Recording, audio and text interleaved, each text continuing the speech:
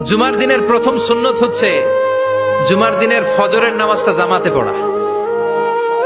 সবাই কয় খাইছে, হুজুরে ধরছে জায়গা মতো, আসল জায়গায়।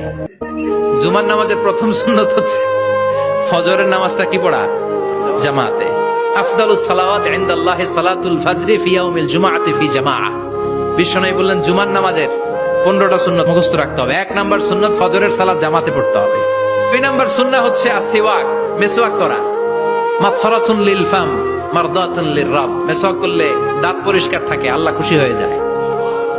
বিশ্বনবী বলেছেন যদি আমার উম্মতের জন্য কষ্ট না হতো প্রত্যেক নামাজের আগে মেসওয়াক করা আমি ফরজ করে দিতাম। মেসওয়াক ছিল বিশ্বনবীর জীবনের শেষ আমল। এই মেসওয়াক করে বিশ্বনবী শেষ নিঃশ্বাস ত্যাগ করেছেন। আপনার নবী, আমার নবী, ওনার জীবনের সর্বশেষ আমল ছিল কি? সুবহানাল্লাহ কইবেন না?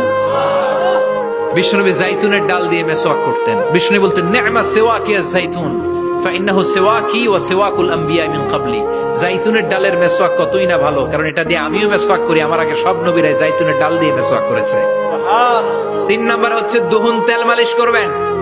বিশ্বনবী জাইতুনের তেল চুলে আর গায়ে দিতেন। বিশ্বনবী বলতেন ওয়াদাহিনু ফাইন্না ফিত তাদহিনি বারাকাত। তেল খাও, তেল দাও, তেল মালিশ করো, তেলের ভেতরে আল্লাহ বরকত ঢুকাইয়া দিছে। তেল দিবেন তো?